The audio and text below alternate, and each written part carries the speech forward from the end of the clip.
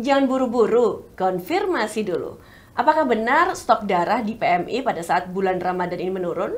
Kali ini saya akan konfirmasi dengan Dr. Suryanto, spesialis patologi klinik konsultan, selaku Ketua Bidang Pelayanan Darah PMI DIY, dan juga beliau ini adalah Ketua Perhimpunan Dokter Spesialis Patologi Klinik DIY. Gimana nih dok, benar ya kalau misalnya bulan Ramadan stok darah itu menurun? Ya, ada benarnya Mbak Tika. Jadi laporan kita triwulan terakhir ini yang di bulan Januari sampai Maret ya. Maret memang ada penurunan ya, dari awalnya misalkan di kota seharinya bisa 50 kunjungannya, sekarang menurun jadi 20-an gitu. Bantul juga rata-rata ya menurun seperti itu. Hampir menurun ya, karena mungkin bulan puasa, tapi kita sudah membuat program Mbak. Sudah membuat program untuk istilahnya kita mendatangi ke tempat-tempat yang untuk kita ambil pendonornya, misalkan pagi kita ke gereja dan itu sudah terjadwal. Kemudian kalau sore malam hari kita ke masjid-masjid itu. Dan alhamdulillah kemarin di bulan SCTV ya, kemarin itu di Masjid Agung, cukup masjid gede ya, di alun-alun sudah cukup kota ya, di kota sudah bisa terambil sekitar 500 kantong. Oke, kalau untuk penurunannya sendiri nih dok, apakah memang cukup signifikan antara bulan Ramadan dengan bulan-bulan atau hari biasa nih dok? Ya signifikan ya, jadi memang ada sedikit penurunannya, tapi sesuai dengan kebutuhan darah ya alhamdulillah juga cukup juga ya, tidak sampai kekurangan itu sampai di medsos sampai disebarkan ini berita kurang darah. Alhamdulillah selama ini kita masih cukup. Baik. Cukup Pak. Kalau berbicara tentang pendonor darah nih dok, yang masih konsisten dan juga masih aktif dalam melakukan aksi donor darah itu, kalau khususnya di daerah istimewa Yogyakarta itu seperti apa ataupun juga berapa orang atau bagaimana dok? Ya, pendonor darah itu kan ada dua macam ya Mbak ya. Ada pendonor darah sukarela tetap, ada pendonor sukarela pengganti. Nah kalau sudah tetap itu betul-betul dia sudah terjadwal, sudah 3 bulan sekali dia akan datang. Dan dia sudah memang dia keinginan dia sendiri ya, bukan dipaksakan. Tapi kalau pengganti itu hanya kalau diminta aja. Jadi bukan kesadaran, jadi diminta karena mungkin temannya yang sakit butuh darah, atau karena apa bukan temannya atau saudaranya sendiri. Nah itu seperti itu namanya donor pengganti. Kalau yang tetap ya insya Allah mereka akan tahu sendiri, akan datang dan mencari informasi, saya mau donor darah ini, akan datang sendiri ke markas biasanya. Kalau untuk perkiraan pendonor aktif di DIY sendiri sejumlah berapa sih dok? Kalau aktif ya kita sudah tercatat ya, ada kalau istilahnya pengganti itu sudah di triwulan ini alhamdulillah sudah nol ya. Pengganti itu tidak baik ya, dalam arti tidak hanya di istilahnya terpaksa ya. Kita ada sukarela. Kalau sukarela itu udah tercatat, udah rutin, itu yang aktif tuh kira-kira ya kalau dalam 1 tahun kita tuh sekitar 70-an ribu. Wow, itu hanya di DIY aja Pak? Itu jumlah kantongnya. Tapi kan orangnya bisa berkali-kali ya. Kalau perkiraannya cukup berapa? Sekitar 700-an lah. Wow. Baik. Nah, kalau selama bulan suci Ramadan ini, baiknya itu seperti apa sih pada saat misalnya kita ingin mendonorkan darah seperti itu? Kalau kan pas puasa seperti kan nggak boleh ya dok? Puasa boleh. Tetap boleh ya? Karena boleh. Jujur saya itu belum pernah donor darah. Boleh puasa, tapi ya betul-betul dia kuat. Kondisinya harus fit seperti itu ya. Dalam Fatma MUI juga boleh kok, dibolehkan dalam tahun 2000 saya sepertinya itu Fatma MUI itu dibolehkan. Jadi orang puasa justru beramalnya lebih bagus ya. Lebih bagus di bulan puasa gitu loh. Dan insya Allah kalau dia betul dia menjaga ya, dia istilahnya banyak minum air, makan vitamin yang bagus, ya itu betul-betul kuat ya. Bagaimana sih dok ini misalnya agar kita juga bisa menyadarkan masyarakat ya, mungkin ya ke saya juga sih untuk bisa mendonorkan darahnya, karena ternyata juga itu baik untuk kesehatan juga ya, untuk donor darah yang dilakukan secara rutin begitu. Ya seperti orang bersedekah ya Mbak ya. Orang bersedekah itu insya Allah nggak pernah bangkrut Mbak. Ya sama aja seperti kita kalau mensedekahkan darah kita, insya Allah kita juga nggak pernah sakit Mbak. Itu udah sepertinya seperti itu, ya. Dan apa bagi pendonor ya itu keuntungannya ya dia darahnya selalu baru terus itu. Itu harapan kita seperti itu. Donor. Oke, berarti baiknya itu per 3 bulan sekali atau per bulan atau bagaimana untuk perbaikannya kalau dalam ilmu kedokteran itu kan umur darah itu kan ada 120 hari tiap 3 bulan. Tetapi setelah dalam penelitian ini 60 hari pun bisa, tidak harus nunggu 120 hari. Jadi tiap ya istilahnya 2 bulan ya, 2 bulan paling, tapi ya paling amannya 3 bulan lah, 3 bulan sekali untuk mendonorkan darah itu bagus, ya itu untuk istilahnya untuk diri sendiri ya. Dan ada keuntungan Mbak bagi pendonor Mbak. Jadi pendonor itu apa? Dia diperiksa darahnya. Diperiksa pertama untuk 4 penyakit infeksi yang menular, penyakit menular ya, penyakit sipilis, penyakit hepatitis B, hepatitis C, dan HIV Mbak. Itu gratis dia. Jadi seandainya dia donor, ya, kemudian darahnya terambil, terus dia tidak dapat info dari PMI, artinya balasan dari PMI, artinya apa? Darahnya dia lolos. Dia lolos. Tapi kalau dia sampai dapat surat atau ditelepon oleh PMI, berarti darahnya ada sesuatu ini. Ada apa ini? Dok, ini artinya begini, saat kita sudah mendonorkan darah, artinya darah itu nantinya juga akan diperiksa terlebih dahulu sebelum akan diberikan ke yang membutuhkan. Kita screening namanya. Dicek betul sebelum diambil juga darahnya. Kita screening dulu ke pasien, kita tanya dulu. Kan ada seperti pendonornya memberikan info consent ya, persetujuan. Dia mengisi formulir, saya tidak pernah sakit, darah ini segala macam. Kondisi saya sehat seperti itu. Kemudian kita cek Mbak tekanan darahnya, ya, kemudian hemoglobinnya. Terus kalau ya benar ada persyaratannya. Tinggi badannya, berat badannya itu. Kalau memenuhi syarat itu ya baru kita ambil tindakan untuk pengambilan darah. Ini sebenarnya saya pas ya untuk mendonorkan darah. Ya, tapi kalau untuk ibu hamil, ibu menyusui juga Pak, kalau nggak ibu boleh menyusui ya? Nggak boleh, ibu hamil nggak boleh karena itu juga memang dia butuh juga itu ibu hamil tuh. Hati-hati tuh.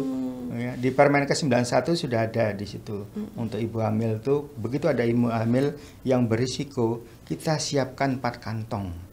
4 kantong darah. Artinya kalau di daerah-daerah Puskesmas harus menyediakan pendonor. 4 orang itu kalau di Puskesmas, kalau di daerah-daerah yang terpencil. Tapi kalau daerah kota kayak Jogja ini, ya kita PMI sudah siap untuk itu. Selama ini Dok, untuk darah yang paling susah untuk dicari itu yang apa Dok? Sesuai dengan plat nomor Jogja Mbak. AB malah. Kalau O paling banyak, O paling banyak, terus diikuti A, B, yang paling langka itu AB. Tapi alhamdulillah kita terutama di Jogja sudah punya komunitas AB. Ya, jadi ada masyarakat yang punya komunitas golongan AB itu. Itu sebenarnya akan mempermudah PMI juga ya kalau misalnya kita memiliki komunitas golongan darah seperti itu ya untuk mencari bisa mencari ya. Apalagi ditambah lagi yang resus Mbak. Nah itu dia yang ini menjadi pertanyaan saya, apa itu Dok resus? Kemudian kayaknya juga emang agak susah. Misal B resus negatif atau positif seperti itu, bisa dijelaskan? Ya, golongan darah itu memang ada 2 ya. Jadi selain golongan ABO yaitu ada tambah lagi resus. Resus itu ada resus negatif dan resus positif. Kalau orang Asia, orang Indonesia itu mayoritas resusnya positif. Kalau orang Eropa, orang Barat itu rata-rata negatif. Jadi kalau memang ada Indonesia tapi nggak 100% ya, mungkin 99% lah. Mungkin ada 1% yang resusnya negatif. Ya itu permasalahannya nanti kalau misalkan seorang laki-laki resusnya positif, yang calon ibunya perempuannya resus negatif, itu kalau menikah mungkin anak pertama nggak masalah. Jadi anak kedua yang sering jadi masalah Mbak, itu yang resus. Itu yang sering terjadi kalau di klinis ya, di rumah sakit seperti itu. Kalau untuk yang resus itu artinya tetap ada pada golongan darah A, B, O, semuanya ada. Semua ada. Nanti kan harus pasangan ya. Golongan darah A resusnya apa? Negatif atau positif? Ya, seperti itu. Rata-rata ya positif. Kalau negatif, wah ini, dan alhamdulillah kita juga sudah punya komunitas. Ada juga ya. Kalau pas dia butuh darah, ternyata resusnya negatif. Nah, kita harus cari yang resus negatif, harus sama. Oke. Nggak bisa resus positif, nggak bisa. Oke, baik. Nah, Dok, dalam kondisi apa kita ini tidak bisa melakukan donor darah dan juga kita ini mengidap penyakit apa nih, Dok? Nah, pertama ya jelas dicek HB-nya dulu, kita anemia, penyakit namanya anemia. Okay, anemia itu HB-nya tuh di bawah normal ya, di bawah 12. Di bawah 12 tuh jelas tidak bisa untuk menerima diambil darahnya sebagai donor darah. Kemudian penyakit yang lain ya, penyakit yang kira-kira hubungannya dengan darah, kelainan darah ya. Seperti itu. Jadi tidak kamu atau penyakit yang sifatnya yang tadi 4 penyakit yang infeksi tadi. Dia penderita hepatitis B, hepatitis C, HIV, sipilis, jelas nggak bisa itu. Jadi kayak semacam leukemia pun itu juga tetap leukemia tetap jelas. Masih bisa. Nggak bisa. Oke, baik. Justru leukemia itu juga penyakitnya anemia, Mbak, gejalanya. Anemia itu HB-nya rendah. HB-nya rendah itu. Itu penyakit leukemia. Leukemia itu kan namanya istilahnya kalau bahasa awamnya keganasan darah. Kanker darah bisa dikatakan seperti itu. Seperti kanker darah. Jadi dia tuh kan kita tuh ada 3 sel ya, eritrosit, ada leukosit, ada trombosit. Betul. Nah, dia hanya tumbuh 1 tok jenisnya. Misalkan leukosit tok sampai ribuan sampai ratusan ribu. Yang lainnya tertekan, Mbak. Karena 1 kan harusnya 3 pasangan ya. Tapi yang 1 yang tumbuh tok, yang 2-nya tertekan. Itu yang namanya leukemia. Baik, kan ada juga hemangioma, itu berbeda, Dok. Lain. Itu masih tetap pembuluh bisa ya, pembuluh darahnya. Berarti tidak ada kaitannya dengan darahnya. Tapi bisa juga itu ya, kita kalau bisa cari yang normal aja, Mbak. Jangan kita cari yang, soalnya prinsip di donor darah di PMI itu aman buat pendonor dan aman buat pasien penerima gitu loh. Yang jelas pendonor ini harus aman, jangan kita paksakan gitu loh.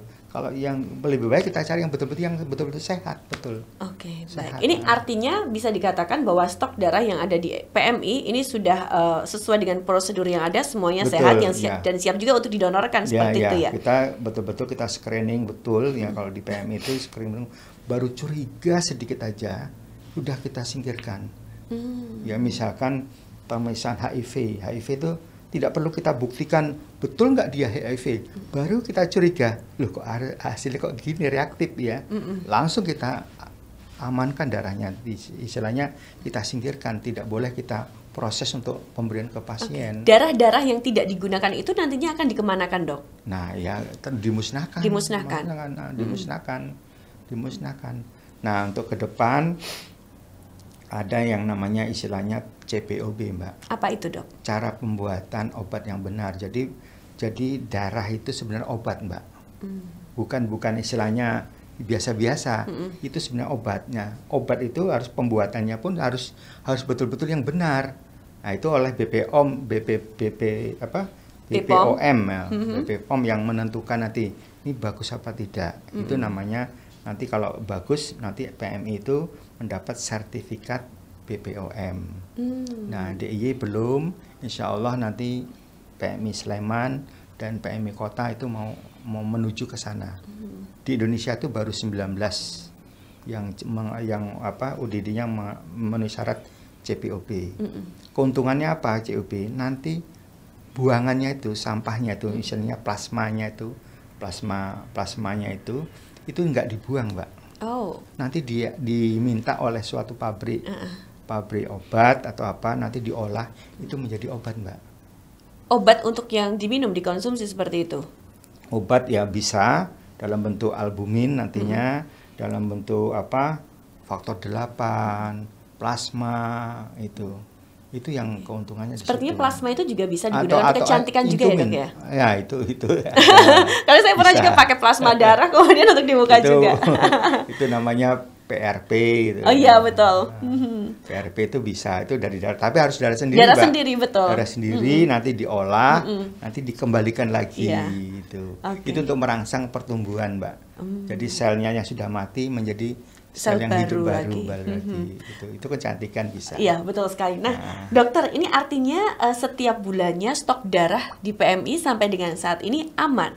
Insya Allah aman. Jadi kita menyesuaikan sesuai dengan kebutuhannya. Untuk sementara aman. Tapi kalau dalam waktu tiba-tiba ada kecelakaan hebat, misalkan ada, itu yang ada. Tapi kita selalu berkoordinasi, Mbak, sesama ODD, ya. Jadi selalu saling dropping. Jadi kalau ODD ini kekurangan, bisa minta ke UTD yang lainnya. Misalnya Sleman kekurangan ya. Jadi ini DIY ya, Pak, Mbak. Bukan hanya satu kanu. DIY itu ada 5 UTD. Baik. 5 UTD. Ditambah sekarang ada Sarjito. Sarjito juga UTD, Mbak. Berdiri sendiri, tapi di bawah pemerintah. Tapi kalau yang di PMI itu, di PMI ada 5, yang tiap kabupaten itu ada semua. Yang itu saling berkoordinasi, Mbak. Jadi kalau satu kekurangan, dia bisa mengkontak ke PMI yang lainnya. Saling mencukupi, Mbak. Kita saling memenuhi, gitu. Oke. Pada saat kapan sih, Dok, darah ini susah untuk dicari, Dok? Oh, cari biasanya memang keadaan libur panjang, ya, seperti ini ya. Mau lebaran ini juga nih, H-7, mau lebaran ini juga kita kadang-kadang pendonornya pada pulang kampung, mudik, kadang-kadang itu. Ini sering jadi stok habis. Ya.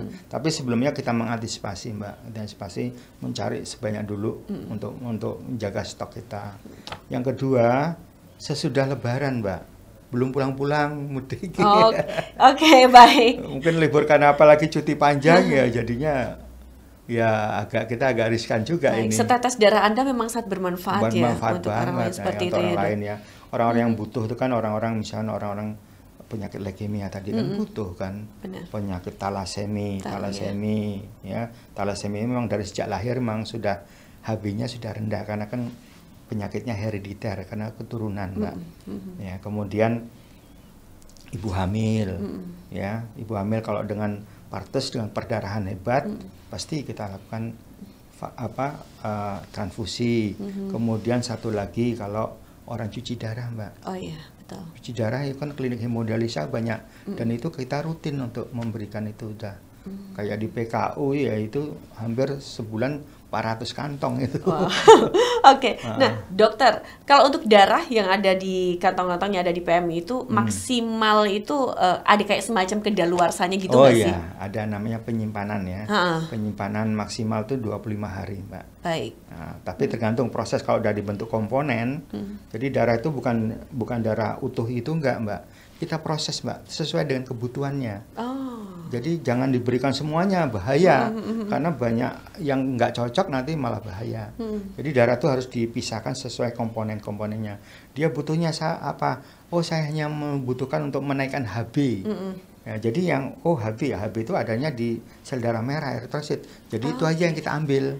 Baik. Oh, saya butuhnya untuk trombosit karena ada demam berdarah misalkan.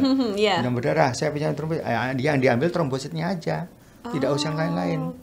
Terus saya punya penyakit COVID kayak dulu tuh, saya butuh plasma, plasma konvalesen namanya. Ya plasmanya saja yang diambil.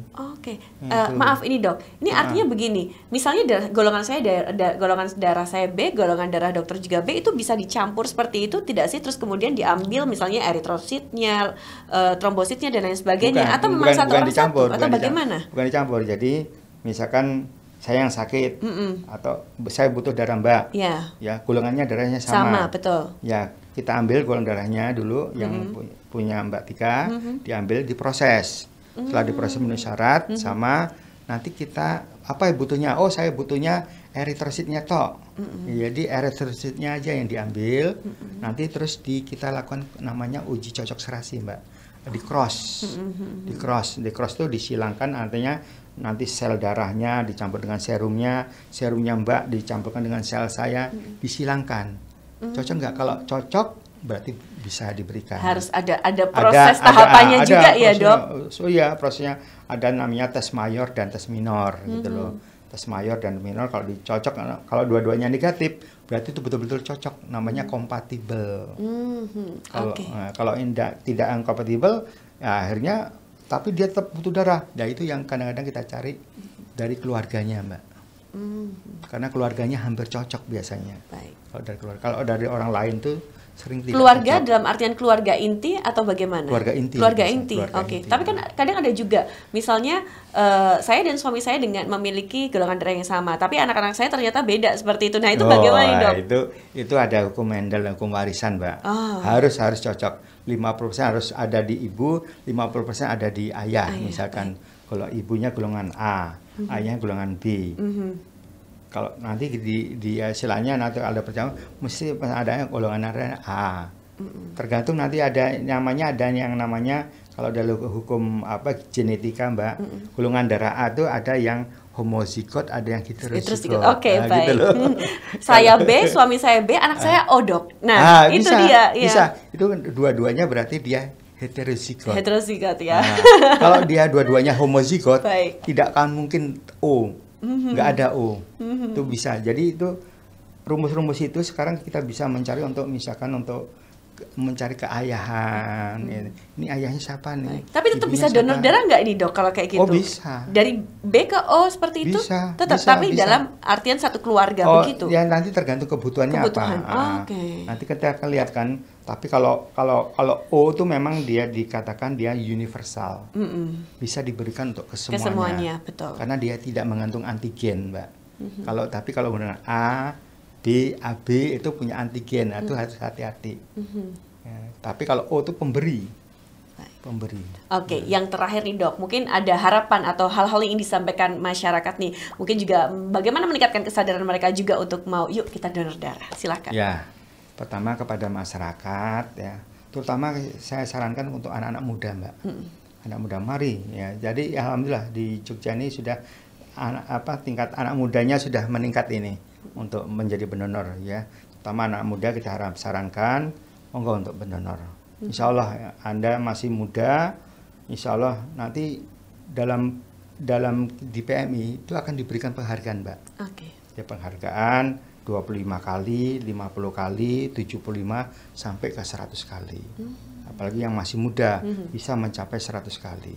Nah, keuntungannya apa? Keuntungannya tadi dilakukan screening, Mbak.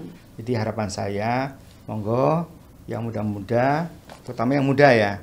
Nah, kemudian saya sarankan juga mencarilah jodoh yang pendonor. Karena jelas kalau udah pendonor sudah terscreening. Iya. Pasti sehat ya, bersih ya. Okay. Bersih dari 4 penyakit itu, Mbak. Oke, baik. Terima kasih Dr. Suryanto Ya, sudah hadir sama-sama. di konfirmasi. Makanya jangan buru-buru, konfirmasi dulu.